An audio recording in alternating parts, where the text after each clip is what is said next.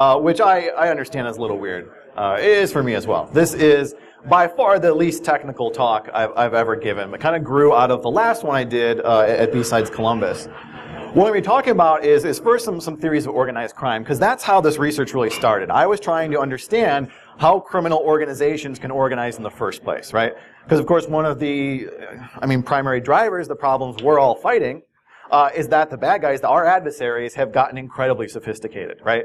And you hear this all the time, right? We're not dealing with kids screwing around in their parents' basement anymore. These are serious organizations. So how can we understand how those organizations get together? What can we understand about that process? We'll take a look at what makes cyber drink crime different, and then take a look at see if we can look and see if cyber drink crime relates to any other instance in history that we can take from, right? And then we're going to talk about pirates, because I'm going to make the argument that they're actually surprisingly sophisticated, and that there's a lesson there for us.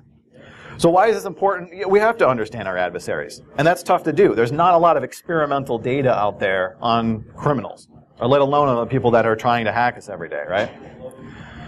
But it really started with organized crime because I want to understand these bad guys. I want to understand how these people get together and try and hack us every day, right?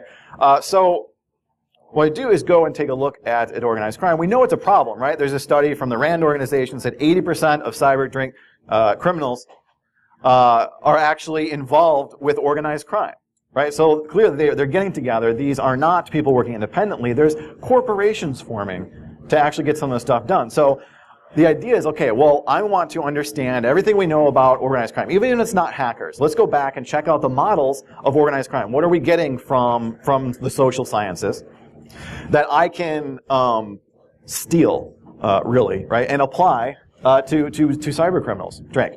So what I end up taking a look at and find is that the definition of organized crime depends almost entirely on a certain class of criminal. You get organized crime, in the historic sense of organized crime, you get organized crime for cases where the criminals have to advertise.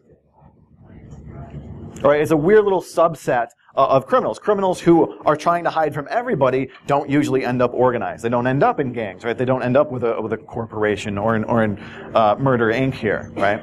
But criminals who have to advertise do, right? So that seems to be the distinguishing factor, right? So if you think about if you run numbers, you can't hide from everybody. You have to let your customers know where you are, right? Same for if you're selling drugs or prostitution.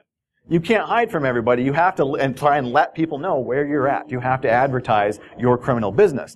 And it turns out that's the defining factor in what creates organized crime in the traditional sense. So the research, my entire idea of stealing other people's research failed from the beginning because the entire definition of organized crime that most people are working with precludes cyber criminals. Drink. Because they are trying to hide from everybody. Most of I'll actually show you a few who do advertise, but it's not many, right? So we sort of failed from the beginning here. So I have to stop and think, okay, well, where else can I draw from, right? What are organizations that try and organize thieves, right? There is no thieves guild, right? Outside of D&D, which was fun and everything, but that's not a thing that happens, right? Or thieves work independently by their nature. They don't have a union, right? But pirates did, right? They got together. They formed organizations, and frankly, far more complicated organizations than you really think, because this were not just, hey, let's go to work and steal from people. Let's go to work, and let's also live with each other on a small boat for weeks, if not months at a time, right? So these guys were organized. They were incredibly organized. So I want to take a look at how they were able to form, because they did form these organizations. They were able to look together, and they formed some pretty complex, and dare I say, progressive organizations. So this happened, and it happened in the late 1600s, was the big, run. This is the golden age in piracy. It was a huge jump up in the problem. 1717, you had about 1,000 pirates. It peaked in about 1720 where there were 3,000. At the peak, there was a number of pirates were about 15% of what the various navies had out there, right? So there's suddenly a huge problem. And they were also an isolated problem, right? They were in the Caribbean because Europe decided, okay, yeah, we've got colonies here, but we've got other shit to deal with because they're Europeans, and every few years you got to go to war. So they were going back and forth doing that, right? And when a war is going on, concern and law enforcement for the colonies really dropped off, right? So there's this huge ramp up in piracy in this area, right? So we're looking across there, across, you know, south of Florida and all the Bahamas Islands through there. The pin I have is in Nassau, which is of particular importance. We're going to come back to that one. So if we want to understand how these start, we have to start with the incentives of the individual, right? Talking about how a group works is a luxury. A group isn't a thing that exists, right? We have to start with the individuals. What are the costs and benefits of becoming a pirate? Because that's what changed. Individuals decided, like, hey, you know what I'm going to do? Is kill and steal for a living. Well, that's going to be awesome, right? That's a career choice that we're making. So how does that happen, right? Well, we had to look, because if we're suddenly getting more pirates, it means either the benefits went up or the cost went down or both, right? So let's take a look at each of those in turn. First and foremost, absolutely, the income that can be made from piracy. Now, the average sailor made between 15 and 33 sterling pounds a year, right? So adjusted for inflation, that's about $4,000 to $8,000 per year, okay? In a single voyage, in a single take, actually, go and capture one ship, a pirate might make 40 times that, right? What a regular sailor made in a year. So, over a course of a year, pirates were earning 100 to 1,000 times more than a legitimate sailor. That's a significant raise, right? So that's got to explain some of it. That's a big chunk of it. These guys were absolutely rolling in it. If you can suddenly go from unskilled trade to rolling in gold, that's an incentive, right? There are also significant benefits too, though. Working benefits were significantly better. If you were on a merchant ship, not only were you making less money, but you were at sea longer, so you're out there longer, you're away from your family longer. Very, very hierarchical. The organization was very much, the captain was the boss, you did whatever he said, and that was it. And the captains were actually incredibly abusive. And not like all the time, but there's definitely a long history of abusive captains. From taking your wages, from taking your food, from the occasional rape, and beatings, right? I mean, this happened fairly regularly. Now, there was some protection, but you had to get back, you had to get back to England, then go to the court. And it's still, I mean, you're still a plebe going and saying, hey, this fine officer and a gentleman, I know he's probably your friend, Mr. Judge, but I have some buggery to report. And like sometimes that worked, but it wasn't a strong legal protection for you, right? So not only are you making less money, but you're just getting stomped on, right? So it's a lousy place to work. Yes, you're also a lot less likely to be allowed to drink all the rum, which is not a joke. Like honestly, we'll see that later. It's written in the pirate rules. You get rum. So a lot more fun place to work. Actually, while you're on a pirate ship, right? There's also some self-esteem. I don't want to read the whole speech here, but there's this pirate captain who's trying to get this, he just took this ship, he's trying to convince that captain to join the pirates. And he goes off on him, basically saying, being a pirate is awesome. You are an insignificant little sniveling puppy of a man who kowtows before, like, your government and then these awful authorities. But we're like Robin Hood. We're out there stealing, and we're awesome. Right? So there's this huge self-esteem boost. He tells him, like, yeah, I don't want to be a pirate. I don't want to break the law. And it's this, you're a devilishly conscious rascal. I am a free prince, and I have as much authority to make war on the whole world as he who has 100 sails of ships and an army of 100,000 men in the field. And this is, my conscience tells me.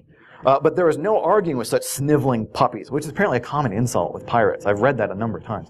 But you allow your superiors to kick you around the deck at pleasure. You pin your faith upon a pimp of a parson, a squab who neither practices nor believes what he tells the chuckle-headed fools he preaches to.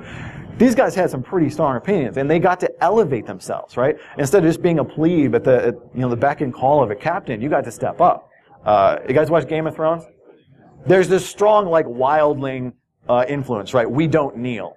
And you read that kind of attitude with pirates all the time. We're our own bosses. We're princes among men because we don't have to fall into the hierarchy, right? So what about the cost? What about the other side of the time? What was the downside of being a pirate? Well, there's also your opportunity cost, but we already took a look at that. The regular salary to being like a legitimate sailor was way lower. And what other alternatives were even available? That was if you got a job. Unemployment was really, really high.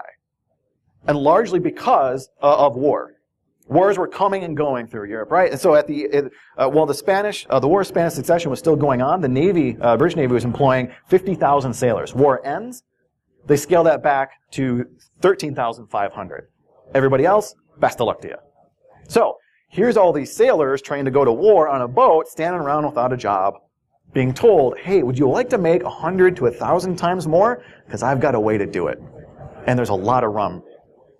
So, they were able to sign up, right? Yeah, you had to worry about punishment, right? But that's if you get caught. And a lot of things going on. It's like, okay, if we go to the Caribbean, there's not a lot going on. There's not a lot to worry about. And there's a few ways to get around that. We can try and dodge law enforcement. There was a case where pirates could also start out small. Really neat thing here is you could be pretty entrepreneurial. You didn't need a huge boat to start being a pirate. You could start with a really small boat. There's actually a case where these pirates start with a couple of canoes. So they get some weapons, they strip naked, and they row their canoe out to the ship, screaming and yelling bloody murder. We're pirates, and they surrender. Now you got a bigger boat.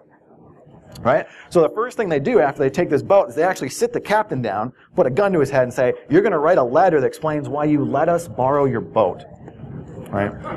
So there's all these ways, and in fact it was very common for individuals to do that. Like you'd be out at sea, a pirate would take you, they take all your money and they're like, hey, you see all the money we just made? Wouldn't you like a piece of that? You can join up with us. And like, I don't know if I want to go to jail. They're like, no, we got you covered. So you join the pirates, and they would teach you like how to write a letter that says, pirates captured me. I am forced to work for them against my will. And then you send that off to the local newspaper, right? The newspaper of record. So if you got captured, you would just tell like, oh man, yeah, these guys captured me. And in fact, I sent a letter to this place. So if you check with this paper, they've got record of this. Like, I objected. I didn't even want to be here, right? And that happened like, now there were people who were taken against their will and forced to be pirates, particularly if you were a doctor or a carpenter. They got kidnapped all the time by pirates, right? The rest of them were, they were in it for the money, right? But yeah, they'd still send these letters in like, oh yeah, thank you, Mr. Police, you rescued me. I didn't even want to be here. I got a letter on file and everything, right? So you can try and dodge that. And then yeah, you decide to be a criminal. Maybe morality comes into it, right? Shouldn't you have a little guilt? Don't you feel bad about killing people, stealing from them? But there's ways around that, right? As we all know, tribalism. Sure. We shouldn't kill each other, right? No, that's bad. Those guys next door? Oh, you wouldn't believe what they worship. And they have this weird stinky food. It's okay to murder them, right? Us, sure, that's bad. But foreigners, total other thing, right? So, if we can divide people up by nationality, by religion, by politics, we can start to draw some lines here. And that absolutely happened. In fact, you'll see these words sort of used interchangeably, but they're a bit different. A pirate, of course, fairly standard. These are criminals. But a privateer was another option. You got to go out and see and be a criminal. But the difference there is a privateer had permission from his government to go out and be a pirate. Right? So, they write you a letter and said, like, you can go, like, okay, we're at war with the Spanish, then you can go out and you can steal these Spanish ships and you can keep, everything on board. Not usually everything, like 90% of what's on board, you got to kick back to the government, right? So as long as you're attacking, our national enemies, go for it. Have fun. And the same kind of thing with buccaneers. Privateers, you could do that for really any reason. Buccaneers were essentially pirates who did this. They had permission from the English government to go out and attack their enemies. Filibusters were the same thing, except they were French. It's the same word, essentially. And then corsairs were actually same kind of thing. They were pirates out of North Africa, right? So these were the Muslim pirates attacking, again, their enemies. You can go and attack Christians, right? That's not a problem. That's a whole different thing. So we have that on both sides, right? And that's actually what separates Sir Henry Morgan here. And this is actual portrait. You may probably recognize him more from that. This guy's very famous pirate because he wasn't a pirate, he was a privateer. He had a letter saying it was okay to be a pirate. What they actually call a letter of marque and reprisal. Right? That's the legal definition. He had a letter from Queen Anne saying, you can go and be a pirate as long as you're not attacking English ships. You go and attack the French and the Spanish, and then later the French, but not the Spanish, and then later the French. But you know how it goes. And then actually that was a big part of working up the Navy. If you didn't have a big enough Navy, write some captains some letters and say, hey, go attack those ships, and whatever's on board, you get to keep. right? And in fact, if they got behind, if the navy wasn't big enough, they'd adjust the price. So in 1708, Queen Anne revokes the admiralty share. She actually forgoes the government's share of the prize. So, okay, we need to ramp this up. So if you go out and steal it, you get to keep 100% of what's out there, right? So, English hero. He was knighted. He was made lieutenant governor of Jamaica, and is considered, a national hero, right? As a pirate, but a pirate with the right credentials, right? So you have all these incentives work together, and here's a quote from Black Bart Roberts, right? In an honest service, there is thin commons, low wages, and hard labor. In this, plenty and satiety, pleasure and ease, liberty and power. And who would not balance creditor on this side when all the hazard that is run for it, at worst, only a sour look or two at choking, right? No, a merry life and a short one shall be my motto. Like, okay, yeah, law-abiding citizens are going to look down their nose at you, but we're filthy rich, right? Way better. Way better to be a pirate, right? The working conditions are really something they had to work at, and it's really interesting the way they did it, because they had to overcome what's called the paradox of power. And this is a really interesting problem. It's one we probably all learned about in school. Here's a quote from James Madison where he lays it out, right? If men were angels, no government would be necessary. If angels were to govern men, then we wouldn't need to worry about it, right? But when men govern men, now you have to work out this problem. You got to give them power to govern other people, and then hope that they can control it themselves, right? You're giving someone power and saying, here you go, please don't abuse this power, right? So tough problem all throughout history. The way the merchant ships, right, step back from pirates for a bit, the way the merchant ships had to deal with this was by giving the captain a great deal of control, and then you align the captain's interest with the owners, right? This is called the principal agent problem. And it's a big one all over the place. This is why your user awareness programs are so hard. Because you're trying to convince your employees that they should care as much about their employer's property as the employer does. And they won't. It doesn't happen, right? That's why we all talk like okay, don't write about, please protect the company. Write about here's how you protect your kids at home, right? Again, you're trying to connect. You're trying to establish ownership there because of that principal agent problem. Well, on a merchant ship, you hire a captain, you give them the authority to beat the other pirates, and you'd say, well, by the way, you get to keep a share of the profits, right? You didn't really have to worry about the other pirates. Pirates did not have that same problem. They didn't have the same principal agent problem because their boats didn't have owners. They stole them, right? So they cut out the whole issue from the beginning. They were all actually run as a co-op. If you were a pirate, you got a share. You were essentially part owner because we stole this shit from the previous owner. We don't have to worry about him. We're going at our own. Which is kind of interesting, and it's hard to get through some of the bias because there's a bunch of books on pirates that just write about this whole phenomena as Marxist pornography.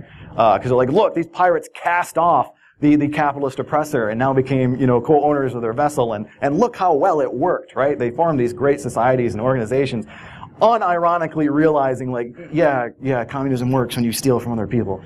But they love it, right? Because it really did sort of create this interesting society, and a lot of like communist predictions were coming true. Like pirate societies were far more equitable, right? They were getting paid the same. Something between like 10 and 55% of the crew might be free black people, which really didn't happen outside of pirate society, but they were free, right? Which isn't to say they were abolitionists. If they caught slaves, if they took a ship and there were slaves, they were selling those slaves, right? But if you signed on as a pirate, if you were free, then once you were equal, right? So the way pirates actually get by this is they go with democracy. They vote, right? And if they're going, so if like, who are we going to attack? They vote on it, right? What are we going to do? What are we going to do next? Where are we going to go? All these things, they voted on it. They ran these things as democracy, but you can't vote in battle, right? When people start shooting at you, you can't be like, okay, where are we going to shoot next, right? Show of hands, right? Doesn't work that way. So you need some quicker decision making in time of battle. So they elected a captain. They voted in the captain, and the captain had power to command everyone, but only in battle. In battle, you had to do what the captain said. Absolutely. When the battle was over, You could vote them out. Right? The battle didn't go your way, like this captain's a dick, let's get rid of him, show of hands, done. While in battle, you had to follow along, though. And it wasn't nearly as privileged a position. The captain, like this quote here actually explains, like, if you look over and it looks like the captain's got better food than the men do, anyone can go over and switch plates with them, right? It wasn't kind of a hoity-toity kind of position. It's like, okay, you're the captain and you're in charge, but if we don't like you, you're out. They also appointed a quartermaster. He was also elected. Quartermaster sort of had a division of duties there. Anything that wasn't under the captain fell to the quartermaster. So quartermaster fell, it was much like the Roman tribune. This was the spokesman for the people. He was supposed to be looking out for them. He was also most likely to succeed the captain. So if the captain was being a dick, then the quartermaster would rally people against him. Right? So they'd split up those duties and kind of pit them together with checks and balances. So back to James Madison. How do we solve this problem, the paradox of power? Well, what he came up with was dividing different units of government and having checks and balances. Pirates figured that out a couple generations before, right? We all learned in class, this is how we solved. This is how we got to have a free country in the first place. We invented like the Constitution, we gave people the vote, we divided things up, and we got these different branches of government who are going to compete with each other so that no one of them runs away with crazy power, right? That was the idea at the time, arguable to a success, but this was a landmark discovery in government. And pirates got there first. They discovered the entire structure because turns out that was a really good way to steal from people, right? It's not like they got together and discussed Aristotle and figured out the ethics here and like, okay, what's the best way to divvy this up? Most of these guys are barely literate. But they got together and were still able to figure this thing out, from basically through trial and error. So, what form of government did pirates have?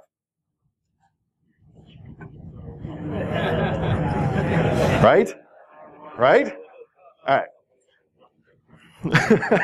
But for real though, they weren't. It wasn't a government, right? So we have to actually pin here. What's the difference between governance and government, right? They were members of society. And you have to have governments to solve a few different problems, right? If you're going to build a society, you have to stop people from having conflict between each other. You have to regulate or stop behaviors that create negative externalities, which is the economics term for a cost people create but don't incur themselves. Technical definition. The textbook example is pollution, right? If you're creating pollution that affects other people, then that's a problem. There's an externality. We need to stop that problem. You also have to be able to provide public goods. Again, the textbook definition being like a military. You have to force people to pay for a military because if you give them the option, they can just slack off. Like, yeah, it doesn't really, no, I'm not going to pay, right? And then no one does, and the whole thing unravels, right? That's the idea behind a public good. So we have to solve those problems in order for a society to work together. And pirates did, right? They did it without a government. It wasn't a government. They still put together those governance structures, but they did it voluntarily. They agreed to the rules they were going to follow. And in fact, you had to agree. You had to agree those rules to sign on to be a pirate, and they were agreed to by unanimous consent. They signed up for voluntary law. The pirate code was a very real thing. It actually outlined the rules pirates had to follow. First and foremost, that, look, you get a share of the booty, and if we don't take anything, you don't get paid. You had to figure out how to distribute loot, who was going to get what shares, right? Because you want maybe a little more to go to the captain, you want a little more to go to the carpenter, to the doctor, right? And then how are you going to divide everything else up between people so they aren't going to fight over it? You also established bonuses. I'll come back to why in a bit. You had to lay out some behavioral rules so people could get along. And you had to handle disagreements. What if people have a conflict, right? Because again, you can't go to the police. You can't go to the court system. You can't show up and say, hey, me and my pirate buddy have a disagreement. Can you hash this out for us? No, we're going to hang you, right? So this is the problem they face. This is why they have to overcome this problem. And I have the whole thing here, and I'm not going to read through all of it, but these two slides here are just the pirate rules for Black Bart Roberts, right? So they actually lay out the rules. And again, I wasn't joking before about the rum. Rule number 1, every man has a vote in affairs of the moment, has equal title to fresh provisions or strong liquors at any time seized, and may use them at pleasure unless a scarcity make it necessary, right? If you started running low on rum, you'd vote to like ration, like, okay, let's slow it down, guys. Like, it's getting low, right? But before that, knock yourself out, right? Again, we're trying to bring people in, but have the incentives here. And you've got a few different rules here, like no fighting, no gambling, things like that, right? Lights go out at 8 o'clock, right? A few other rules here, no striking one another, but if you want to fight, then we'll settle it on shore with sword and pistol, right? So the rules are in there, because again, we want to prevent conflict, so we have to prevent theft and violence, because if people start fighting each other on this little ship, things are going to go south quick. So they had random searches for people who were holding back loot, which was a grave crime. If you stole from somebody, you'd get smacked around. But if you stole from the loot pile, you were probably going to die. Right? And then you had to establish punishment for violators. And if it wasn't in the rules, it fell to the quartermaster. That was part of his duties. He could figure out what was going on. Quartermaster then act as arbitrator, because again, people had voted him in.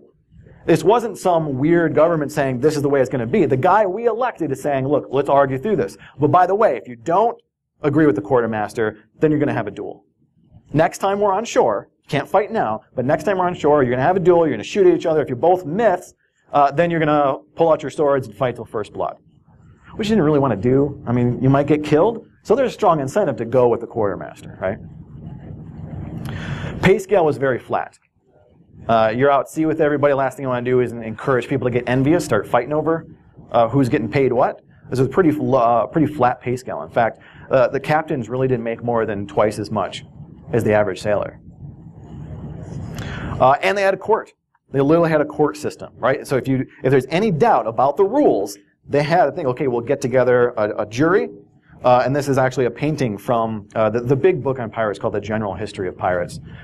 It was written by a pen name, was a Captain Johnson. For a while they thought it was Daniel Defoe, but apparently it's not. Anyway, he sort of wrote the book on pirates. This is one of the illustrations from them, of pirates putting together a jury, right? So again, they invented constitutional review as well. Okay. Now you got to prevent negative externalities. That was step 2. So limit drunks from bothering people who want to sleep. Right? So if you wanted to drink after dark, you had to do it on deck. That was in the rules. There aren't a lot of rules. That's one of them. Right?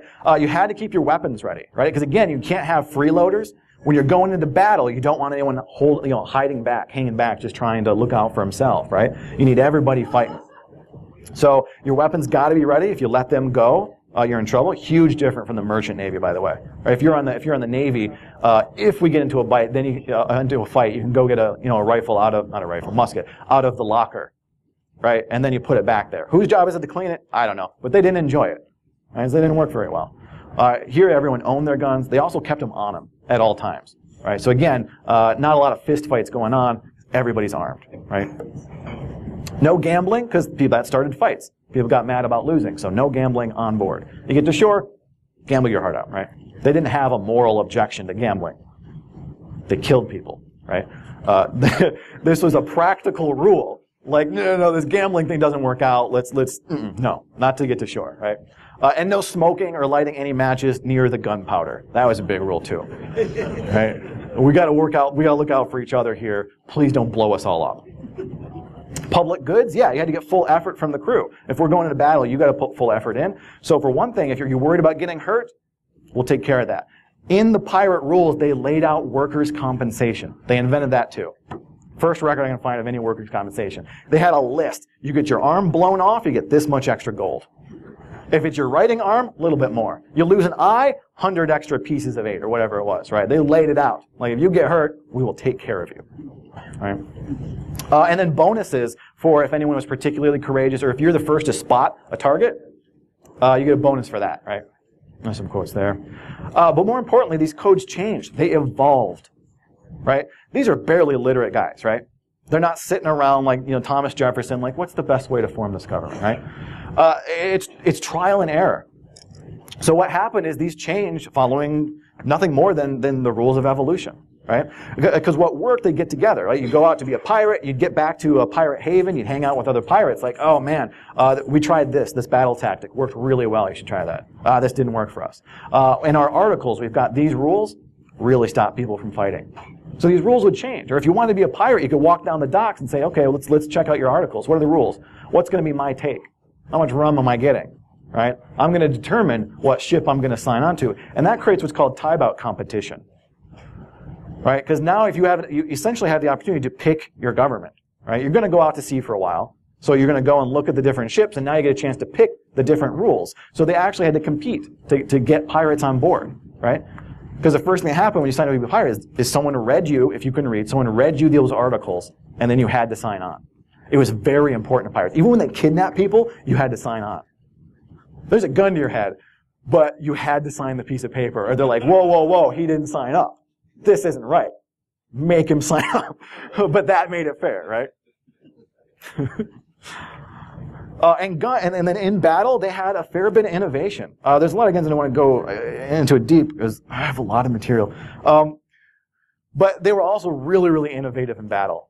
I'm pretty sure they invented the stink pot. Couldn't find a record of that earlier. They would actually take like a bottle filled with gunpowder, maybe some gravel and nails, but also like rancid meat and sulfur, and they'd use those as grenades, right? Just to bother people.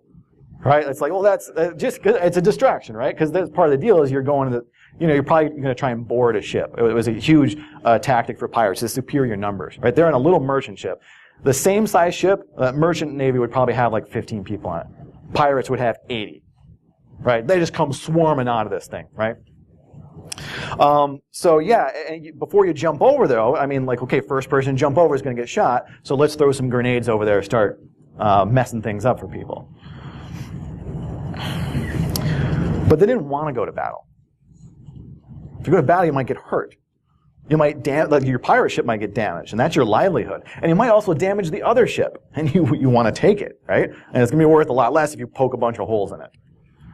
So yeah, we might have to fight because we're stealing people and things, right? But we don't necessarily want to fight, right? Hence the Jolly Roger. Hence the flag here.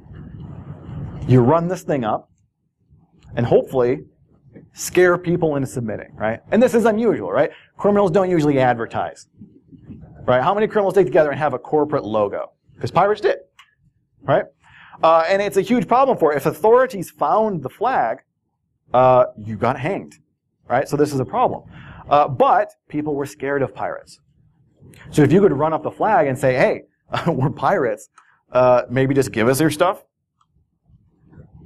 you're way better off. You don't have to go to war now, right? So how this works was actually simultaneously discovered by a biologist studying peacocks and an economist who was studying why on earth people would bother going to college. And it turned out to be had the same problem, had the same exact mathematics, right? From an evolutionary perspective, it's why does a peacock carry around this ridiculous shit, right? Because you think about evolution is supposed to drive you to being stronger and faster, and that's how you get ahead, right? Well, the peacock says, I'm going to lug this heavy shit around for no reason, right? Now it turns out there is a reason. It's a signal. He's actually telling people, I am hugging this ridiculous shit that does nothing. There's no function to it.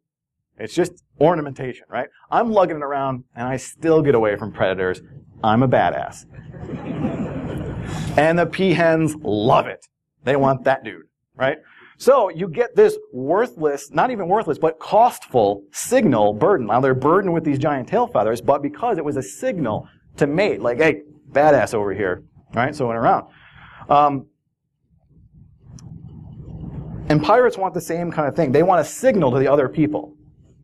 Now for that to work, a signal has to be costly. Because if someone can copy your signal, it doesn't work, right? If a peacock could have the same feathers but it didn't weigh anything, then none of this would have worked, right? And I mentioned education before. Think you get done with college, you're graduating, you go up there, you're getting your diploma, you spent 4 years working for this thing, and you see next door they're installing a vending machine. You can put in 10 grand, you get the same diploma. How do you feel about that, right? The difference there is the cost involved, right? And that was sort of the breakthrough in education theory was that, look, you don't necessarily go to college to learn things. You go to demonstrate that you can learn things. Your diploma is a signal to other people. And of course, the only way it works is if that signal is costly, right? Which is still incredibly important theory, right? Because if you believe that education isn't to actually, maybe you went and learned something, right? I already forgot everything in college. I don't know. I think there happens to be a lot of signaling going on with education, right? Very important, especially if you think like, okay, let's make everyone go to college, in which case the value of your signal falls to 0, right? Because that signal has to differentiate you. And now pirates had to face the same problem. They needed a signal that differentiated them, and it had to be costly. So they wanted a signal for, we fly up this flag, you see a black flag, that means if you challenge us, we will murder you. But if you give us all your stuff, you get to live. Right? Now you're going to create an incentive that means you get to steal stuff without having to fight so many people, which is dangerous. You don't want to do it. Right? They had to garner reputations. And in fact, lead to some brand management. Right? There wasn't just one pirate flag. These were all different pirate flags. Different captains would make their own. Because you don't want some like weak-ass pirate going out and flying the same flag, because now he's bringing down your brand. Right? So you have your own. Right? So, you had to garner that kind of reputation, right? And the way you do that is start scaring people. So, one of the ways to do that is torturing people. So how about making people walk the plank? Didn't happen. Pirates didn't do it. Pirates didn't make people walk the plank. Apparently that's just Hollywood. As torture goes, not nearly inventive enough for pirates, right? What, you just drown? That's nothing. Pirates were boiling people alive and making their friends and family watch. They were cutting off your lips and feeding them to you. Ridiculous stuff, right? Because it had to be over the top. It had to be ridiculous because they always let some of the people go. Because they had to go back and tell all the other people, don't mess with the pirates. And now they can garner that reputation so that they wouldn't have to fight or torture people quite so much, right? A quote here from Terry Pratchett. If you're going to be successful in the world of crime, you need a reputation for honesty. And it's true. Right? They were just like, look, I'm a badass. You don't want to mess with me. Then people wouldn't. Right? So take Blackbeard. Blackbeard is a famous pirate. If you don't know anything about pirates, you probably heard the name before because how fearsome this guy was. Huge dude, giant black beard. He put into these braids, and then he put fuses up into his hat or like weed them through his braid and set them on fire. So you're out at sea. You're not expecting to see another living person for a month. And all of a sudden, there's pirates jumping on board. This giant dude comes over with this wacky beard. He's on fire for some reason, and he's screaming at you and probably wants to murder you. What do? Surrender. Right? This guy was terrifying. He had the biggest reputation for being a badass. There isn't a single record of Blackbeard killing anybody. Because he didn't have to if you just show up and be scary. If people shit themselves, then they just hand over their stuff, right? So do we see this in information security? Well, a lot of the problems out there, we've got criminals who don't advertise, right? They are trying to be secret, but we do see it. Like, you can get on Twitter and watch people like, I'm going to DDoS you. Like, why are you telling people that, right? Because they're trying to build a reputation. They want the same reputation the pirates had. They want a signal that says, we're badasses, don't mess with us. They're trying to get the same signal, right? I think we're going to see a lot of that drive ransomware, right? This was an important signal. CryptoWall had a brand. A brand so strong, the FBI is like, yeah, I'll probably pay it, right? That's your best option, right? But we know there's going to be a lot of other ransomware coming in here, right? Because they were insanely profitable, and the barriers to entry to ransomware is pretty low. Anybody thought about what it would take to write your own ransomware? Raise your hand. That's not enough hands. You lying sacks. The CryptoWall guys, we estimate they made $350 million last year. How'd you do, right? Now you're thinking about it. Same thing the pirates are going for, and they've got a brand here, and they're going to run into a problem as all these other ransomware come back. Some of them are going to be hapless situations, right? And I have anecdotal data on this. I have evidence on this. I don't have enough data, but I do believe like the likelihood of you paying and getting your data back is going to drop, right? Because we have all this other ransomware coming in, and now the brand is going to dilute. So following watching pirates, I would fully expect ransomware to spend more time differentiating themselves. I wouldn't be surprised to see ransomware with a corporate logo. Maybe this is as close as we get it, right? You've seen Jigsaw? Again, this is a differentiator. This guy's going to stand out. I really want to see data on whether people are more likely to pay it to this guy. I mean, he's really threatening you. I mean, he's really kind of a bully. This is some like used car salesman tactics, right? If you haven't seen Jigsaw before, it's not like, hey, I encrypted your files, pay me when you get a chance. It's I encrypted your files and I'm going to start deleting them shits every hour. Best of luck to you. when you pay me, I will encrypt what's left. But what's gone is gone. Right? So real heavy-handed, but now we're starting to build out a brand. And I think we're really going to start to see that because as much money as they're making, they got to be looking for how to make more, right? Because everyone else is going to ramp up. The next step of ransomware has got to be differentiation, like price discrimination, right? If I made $350 million last year as ransomware, next thing I do is hire 2 guys to look at the data first, right? Because the biggest problem is you're charging the same price to decrypt grandma's cat photos as you did hospitals' business vital information. I'm willing to bet one of those is going to pay more if you can figure out which is which, right? So price discrimination has got to be the next frontier for ransomware and how they can start to set themselves aside. But again, that comes back to, are people going to pay us? And they fundamentally depend on that brand. Right? So do pirates. With battle tactics, again, very innovative. They went for speed. Speed in everything. It was one of the reasons the pirates were able to get away with so much they did. They used these tiny little ships. If you compared them to any of the Navy, right?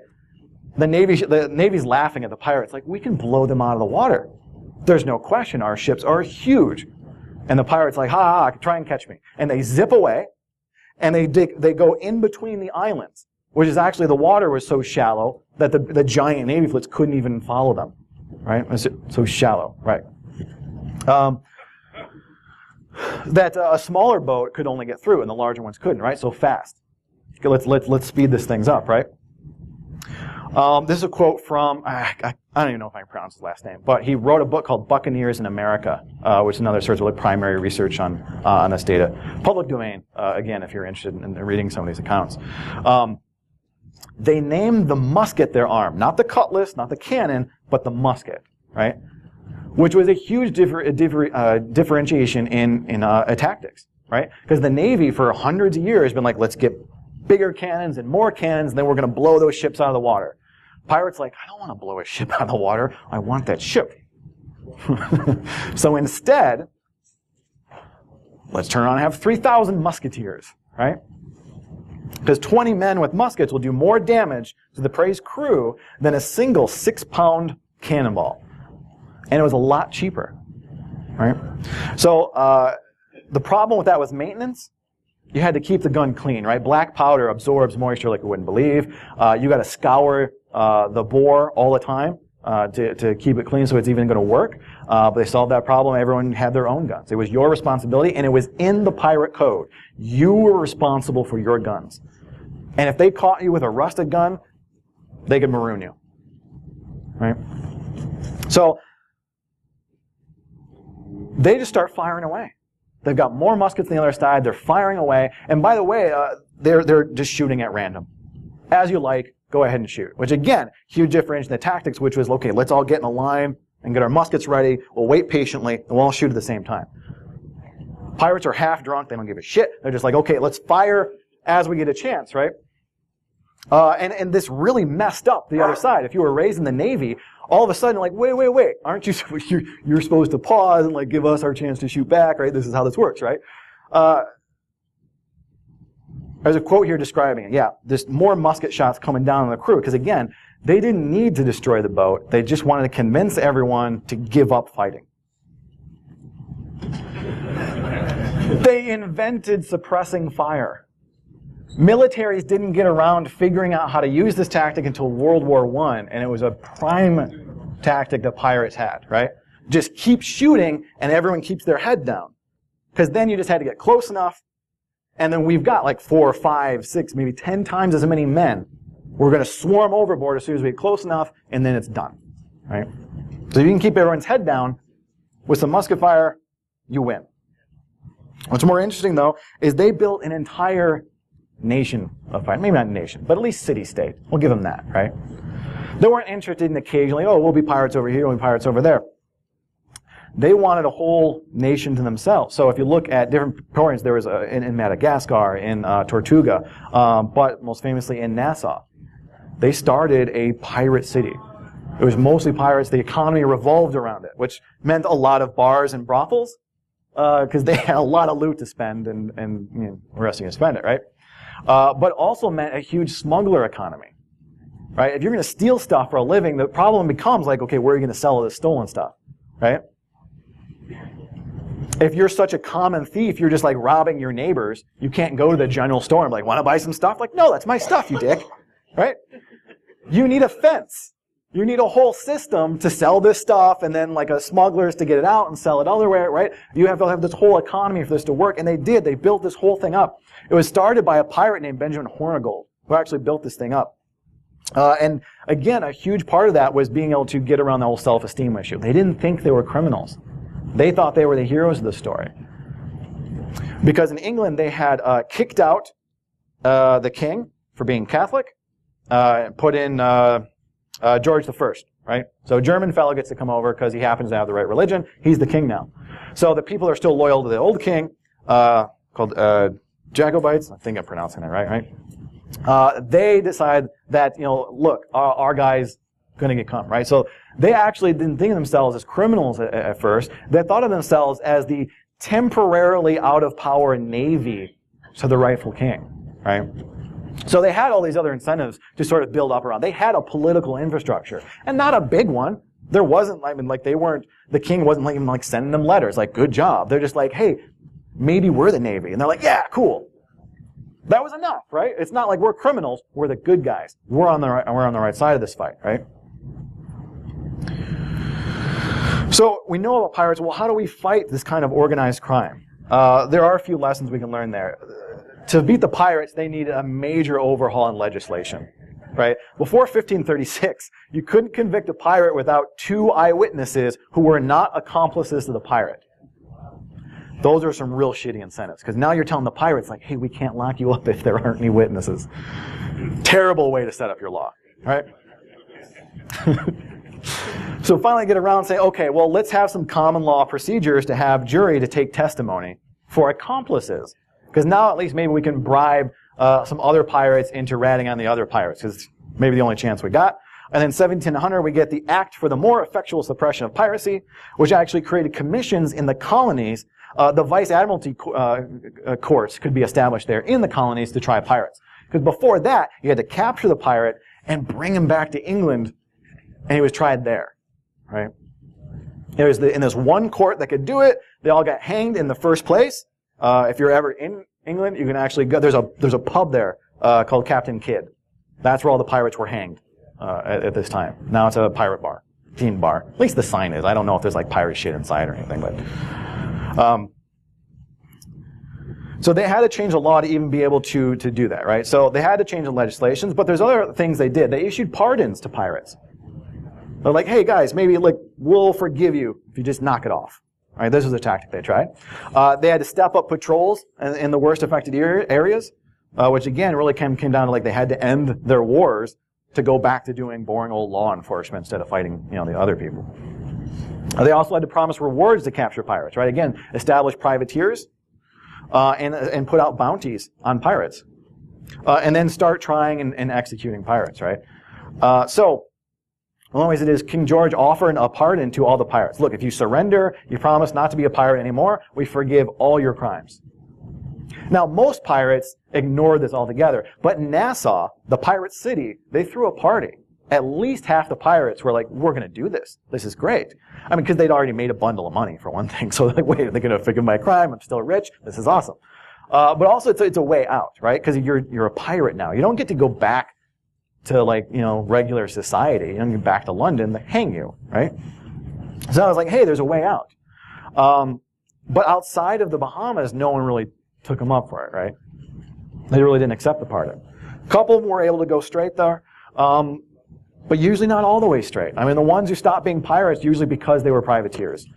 Usually because well, you can keep doing what you're doing, but only do it to the Spanish, right? That's okay. Right? How are we doing time? Oh, I'm going to have to go faster. Charles Vane was the primary and leading, you just forget your pardon, screw you.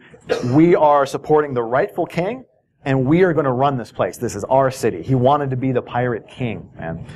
So he says, forget this. He blocks the Navy ship shows up with a message from the king, we're going to pardon you. He blocks him out of the bay and then proceeds to take a couple other merchant ships.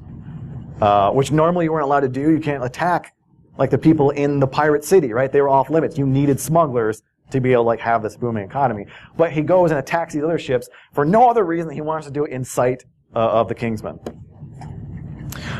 And then they have to retreat. And eventually they end up hiring Hornigold, the guy I mentioned on the last one, who went privateer, to hunt down this guy. He went out. They couldn't catch him. They honestly couldn't. The only reason he stopped being a pirate is because he went to attack the ship, and it turned out to be a French Navy ship. Surprise! So they go to run away, so they're fleeing. And then Calico Jack, another famous pirate, probably heard the name before, he was quartermaster on this ship. He says, no, we got to turn around and fight. They argue over this. Vane pulls rank. I'm captain. We're in a fight. Everyone has to do what I say. They're like, you're right. That's the rules. So they get away. We're not in a fight now, right? Okay, cool. You're out. We wanted to go and fight those people. You're done. So they take a vote of confidence. They put this guy down, and they throw him off. Like him and a few supporters. They throw him off the boat at the next island. He takes those supporters, goes back to being a pirate. In weeks, he's got 5 ships. He's got himself a fleet already. He's back to being a pirate, and a hurricane destroys them all. He may have been the only one to live. He gets washed up, lives as a castaway on this uninhabited island for a couple of months. This ship shows up. He flags them down. Hey, this is great. They come and they pick him up. They're like, this is great. We'll give you a ride. And then the captain's like, you're Charles Vane. No. I know who you are, and I don't want to wake up in the middle of the night with you rallying a mutiny and bonking me on the head and throwing me overboard. Get off my ship. And by the way, if you're still here when I come back through, I'm taking you to Jamaica to hang. So that guy leaves. A couple weeks go by, another ship comes. He flags him down. They're like, oh, hey, you need a lift? And he's like, yeah. They're like, what's your name? He's like, Joe. Welcome aboard, Joe. You can sign on to be a crewman or whatever. So they're about to leave, and the first guy's ships come in, docks there. They go to get water and fruit or whatever. That captain comes on board. He's like, hey, how you doing? I got some mail. We're going to trade. Who's that? Oh, that's Joe. No. So he took him back to Jamaica and hanged him. All right. Blackbeard is probably the only record we have of a pirate, of people going out to hunt a pirate and actually being successful with it. The governor of Virginia decided he was going to lead the charge on capturing Blackbeard because he needed the press. He was crooked as shit. He was embezzling all this money to build up the governor's mansion. He decided he could appoint Anglican priests. There's so much controversy. He's like, I'm going to turn this around. I'm going to be the guy that captured Blackbeard. So he sets a bounty. He buys a couple small ships for the Navy, because again, the Navy ships were too big to even follow pirates. So he does that, sets them out to do this, which was 100% illegal, because Blackbeard by this point had been pardoned for his crimes. He was still being a pirate, but he was bribing the governor of South Carolina. So like, you took that ship, that was a pirate ship. Like, no, that was legal salvage. And the other governor signed off on it. Look, I got paper. So they go and track him down. They sneak up on it. They catch him because all the pirates are hungover. This is a common thing. I don't think I'm going to get through all the stories, but like half the stories of pirates getting captured is because people snuck up on them first thing in the morning when they were hungover. That's a common theme here, right? So oh my God, like wake up everybody. And the people hunting them run aground. They hit like a sandbar or something. They start throwing things overboard. They're trying to get over there. Finally catch them. And the pirates start shooting on them. All of the pirate hunters hide below deck. So they get up close. All the pirates come over like, hey, we beat you. And then the men rush out and capture the pirates. At which point they have to stop Caesar, who again is actually a free black man, which was interesting. Because again, there's this huge debate on whether they were slaves or not. But Caesar here was in charge of blowing up the ship if it got captured. They had to stop him from doing that. He's like running with a lit match towards the gunpowder. They had to stop him. Right? So that's like the one time they set out to capture a pirate and actually got him. Pirate hunters went out and were successful, but it was usually like they caught some other pirate, not the guy they were looking for. I mean, how do you even find someone out there, right? Blackbeard Roberts was captured because he stole a boat that he needed to fix up. And they're like, okay, there's only so many places you can fix up a boat, so we're going to find him. They went and looked at those places. They found him. They come up in the morning. Everyone's hungover. No joke. It's part of the story, too.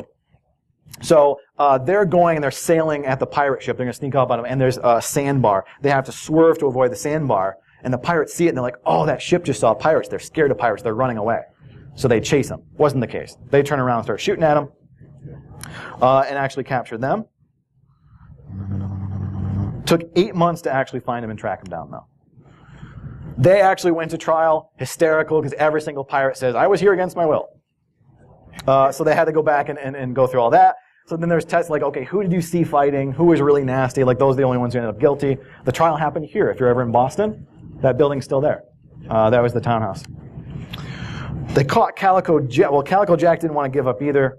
He took all his money. He's hanging out and decides to go pirating again because he falls in love with a pirate woman. Falls in love with Anne Bonny, who was married. But there are at least a dozen different records of her cuckolding her husband. This was, I think she was famous at the time for being a harlot, right? And drinking and cursing like a sailor. She wanted to go out and do this, right? So, pirate leader, Calico Jack falls in love with her and decides, okay, we're gonna get married. But then someone rats to the governor like, hey, they're doing an annulment. And then he's marrying this woman, and the governor stopped them. So the first thing they did when they got their pirates together was go hunt down the guy who ratted them out and tried to kill him. And then they got taken like pirates. Anne Bonny and her girlfriend on the side, who what was her name? Mary Read, a also famous cross-dresser that was signed up with the pirates. Right? Again, like there's a whole lot of equality once you signed on. Right, there wasn't a lot of judgment if you were on my crew, right? So they get fight. Anne Bonny and Mary Read are the only ones standing on deck. All the other men go below deck. Anne Bonny says, "Get your asses up here and fight like men." Start shooting down into the hold, shooting her own men, and they're still too scared to come up. They get captured. They hang Rackham.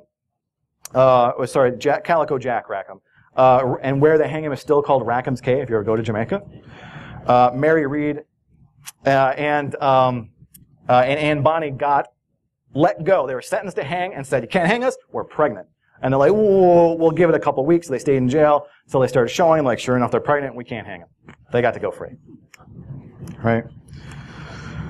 How do we fight pirates? What about privateers? What about bounties? Can we give people permission, like hack back? Like, okay, we know these people are bad, so go ahead and attack them, right? Or maybe set bounties. Right? If we can't figure out a way to have like a official navy to attack the bad guys, well, can we just set bounties on the bad guys? Can someone just say, like, look, if you take down that botnet, I'm going to pay you this much, right? Can we get a Kickstarter going for that? Might work. It works for the rest of the people for fighting the pirates, right? Also work to recruit the pirates. If you could bring them in the fold, that was another way of stopping them from doing that. And then removing support organizations. They had Nassau. They had a whole network of smugglers they could sell their stuff to. Unfortunately, this will probably be what people focus on. Let's take down, right, Silk Road. Let's take down the dark web. Let's target those kind of things. And that will probably be the government's response. It won't work. But that's the same kind of tactic, right? If we remove the criminal support organizations, then maybe we take them down. And yeah, maybe hire people to do it, which is exactly how this is a fight with the Barbary Corsairs, which is actually America's first war on Islamic terrorists, or pirates, right? They didn't have a navy, so they wrote letters of marque and reprisal. If you go and capture those ships, you get to keep it. All right? So what do we want to get out of this? First of all, respect for the bad guys. They were seriously innovative. They invented what we take credit for as a foundation of American government. They invented these incredibly complex societies to figure out the way to cooperate with each other enough to go out and rob people, right? We probably want a lot more respect for them. I don't have time about preparation. A lot of them failed because they weren't prepared. You get to the tropics, and the first thing it does, like you've never been to the tropics before, you get sick, right? So a great deal of innovation. And more than that, we had to respect how they spread knowledge, right? The way these criminal organizations were able to be so sophisticated wasn't because there's some genius designed them. They learn from each other. You go talk to other pirates. Okay, what worked for you? What didn't? And that's how the articles changed. That's how tactics changed. That's how the criminal organizations changed. So if we want to learn from the pirates, How are they able to do that? Here's a quote I want to leave you with. A key ingredient in innovations is the ability to challenge authority and break rules. That's how they were able to innovate. They challenged the rules. They were able to try something different. But more than that, innovation wasn't isolated. If someone broke the rules and found out a good way to do things, it spread. That data replicated. They didn't have to design a good society. Evolution did it for them. Right? Because if good ideas can replicate, then the evolutionary algorithm is going to take over from there. They weren't geniuses. They were barely literate, but they designed insanely complex society because it was in their interest to do so. So if we want to learn from them, well, clock's against us. They are incredibly agile. They are incredibly fast, right? Our adversaries out there. But we also want to replicate this way of knowing data. So if we want to replicate pirates, I think a pretty good start would be to get together at a grog shop and talk to each other about what works and what doesn't, and make sure we're replicating that. Because it's the only way we're going to be able to keep up is to keep changing and keep adapting. That's how the bad guys were able to get ahead. That's how they're able to do this, is because they're faster, they're agile, and they change quicker. If this was interesting, here's a look at the books I used to put together this talk. If you have any questions, hit me up after this, because I believe we were running into lunch and there's a taco truck downstairs. So thank you for coming to this talk. Thank you for listening. If you have any questions, let me know. Let me grab that real quick.